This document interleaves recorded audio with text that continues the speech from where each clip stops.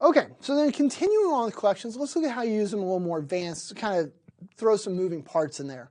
So once again, let's make another screen. Now we're up to screen 8. I'm starting to feel like I'm a bad person for creating too many screens. Anyway, so what we're going to do is we're going to add a drop down to the screen. So bring this over here. And so in my drop down, I'm going to put some items. I'm going to put some animal names. Now, with drop downs, right, we normally would go and pull like data from like our SharePoint list or an Excel file or something like that. But if you just have hard-coded values you want to use, you can build the list on your own.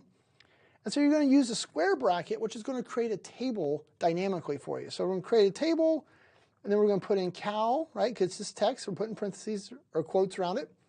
And we'll do cow, we'll do horse, and we'll do a dog.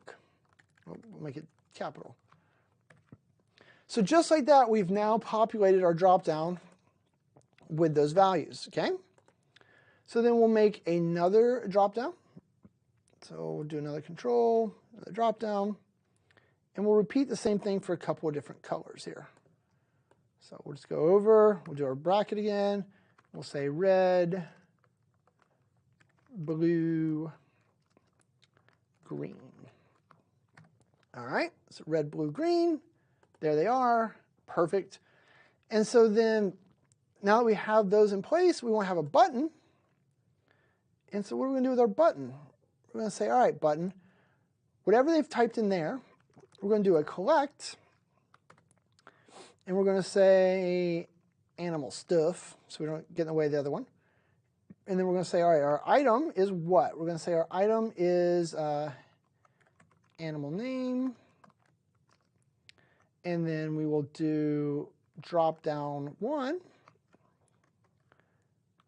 Oh, not drop columns, drop down 1 dot selected dot value.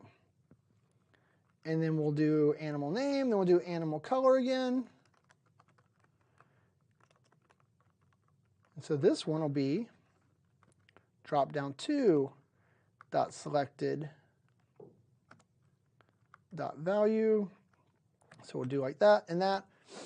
So then now what's going to happen, we'll go over here, we'll hit play, we'll hit the button, right? And I always hit the button first because it's easier to kind of work with the data if you've already got something in there. So we say gallery, we'll just do a gallery this time instead of data table. What's our data source? It is animal stuff. And we're going to do title and subtitle. And so there's red cow, so we know we're good. So now if we hit play, and so now we say, all right, I want a horse, I want blue, and then button, green, horse, right? So I wanted to show you that because this is how you're going to end up really doing things, right? You're going to want to get not hard-coded values for your collection, but you're going to take user input of some sort. And so when we do the controls section, we'll talk more about how you get data out of the different controls. But a dropdown is one of the most popular. And so it is just the dropdown's name, dot selected, so which item did they pick? And then finally, dot value is the value of the thing they did.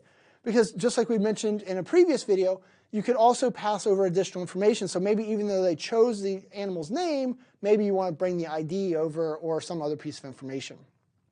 But that is how you collect data into one of these and kind of have some control, some flexibility around what is and isn't in there. All right? So I think that'll get us through that one. So in the next one, we're going to talk about how do we get stuff out of there, right? Now we need to be able to remove items from our collections and kind of work with them in that way. So I'll see you in a second.